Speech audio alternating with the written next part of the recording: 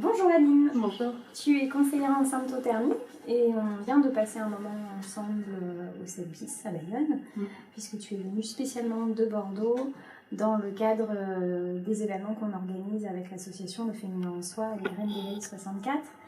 Pour les personnes qui n'ont pas pu être présentes, est-ce que tu pourrais en quelques mots nous résumer tout ce qu'on a pu voir cet après-midi et déjà commencer par comment tu en es arrivée à te pencher sur cette méthode? Moi, j'ai commencé à découvrir la symptothermie. En fait, j'aime bien raconter le début. Du coup, j'ai quitté mon travail et je suis partie à l'étranger voyager.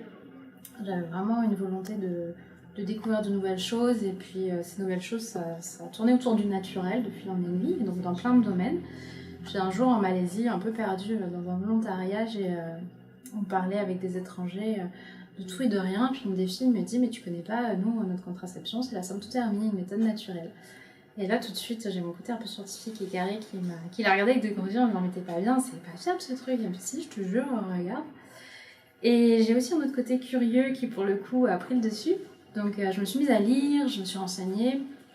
Et en fait, je me suis rendu compte que c'était pas d'hier, que c'était fiable, qu'il y avait des études scientifiques. Donc, j'ai commencé, moi, à pratiquer avec beaucoup de surprises. Et ça a vraiment été très positif pour moi d'utiliser cette méthode. Du coup, j'ai commencé à en parler autour de moi. Enfin, tu sais, quand t'aimes quelque chose, tu t'en parles. Et je me suis heurtée à la méconnaissance des femmes, comme moi, j'avais pu le faire. Et j'étais tellement frustrée que je me suis dit: bon, allez, tu passes le cap, tu te formes et tu formes les autres femmes. Et du coup, c'est comme ça que je suis arrivée à devenir un conseillère en symptothermie pour vraiment faire partager et former les femmes à ce beau savoir. Trop méconnu à mes yeux encore. Et concrètement, dans la vie de tous les jours, comment cette méthode se pratique? Alors, elle se pratique au quotidien. Donc, la symptothermie, c'est le symptôme et la température thermie. Donc, les femmes apprennent à observer leur température le matin au réveil. Pas tous les jours du cycle, c'est sur une certaine période du cycle. Alors, je précise qu'il y a toujours une phase d'apprentissage où on est toujours plus rigoureuse, et puis plus on apprend, plus ça va s'alléger. Donc, la température, on apprend à observer sa glaire cervicale, l'évolution de sa glaire, qui est souvent un mystère pour les femmes. Et éventuellement, on peut rajouter ce qu'on appelle le ressenti interne et le col de l'utérus. Donc ça, c'est facultatif, mais ça existe.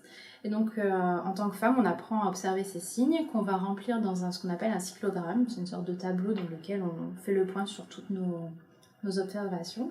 Et la méthode va poser des règles qu'on apprend et qui va permettre de définir les périodes de fertilité. Donc au quotidien, après, on s'en sert comme on veut, c'est-à-dire soit à but contraceptif, pendant les périodes de fertilité, je me protège, soit à but de conception pour arriver vraiment à cibler la période de fertilité, soit tout simplement pour un but de se connaître, de faire des liens dans son cycle et dans sa vie. D'accord, super. Et pour celles qui veulent se lancer, comment ça se passe au niveau de la formation et du suivi? Alors effectivement, cet après-midi, j'ai vachement parlé de la formation parce que pour moi, la formation, c'est vraiment un gage de fiabilité, parce que la méthode en soi, c'est juste une méthode, c'est vraiment ce qu'on va faire derrière qui va permettre une fiabilité ou pas. Donc je recommande vraiment aux femmes de se former. Donc moi, en termes de formation, je propose des suivis sur 6 mois minimum. Les femmes, ça peut varier, c'est-à-dire qu'on peut être autonome très vite, comme ça peut prendre plus de temps, mais en tout cas, on ne peut pas être formé en une séance, parce que tous les cycles sont différents et on a besoin d'apprendre. Donc ce que je propose, c'est des suivis sur 6 mois minimum, avec au moins 4 consultations. Donc la première consultation, j'apprends à la femme comment s'observer, justement comment prendre sa température, comment observer ses glaires cervicales, comment remplir son cyclogramme, toutes les informations qu'elle a besoin de remplir. Après, elle a 1 mois d'observation, elle revient avec du matériel au bout d'1 mois, on voit ça ensemble, on voit les règles d'interprétation que je fournis au fur et à mesure des séances.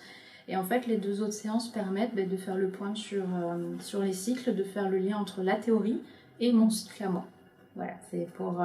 et puis de voir tous les petits cas pratiques, qu'est-ce qui fait que ce mois-ci, il y a une incidence, ce qui permet d'acquérir vraiment une vraie autonomie. Moi, mon objectif, c'est que la femme puisse se passer de moi au bout du compte. J'ai pas envie qu'elle me rappelle c'est surtout pour elle. Et du coup, l'objectif, c'est qu'au bout de 12 mois, on fait une dernière consultation ensemble pour vraiment faire le point sur tous les cycles, revoir les règles d'expertes et d'affiner la fenêtre de fertilité au maximum. D'accord. Voilà. Super. Merci pour toutes ces explications qui sont très claires. Et je te souhaite un bon retour du coup sur Bordeaux. Merci.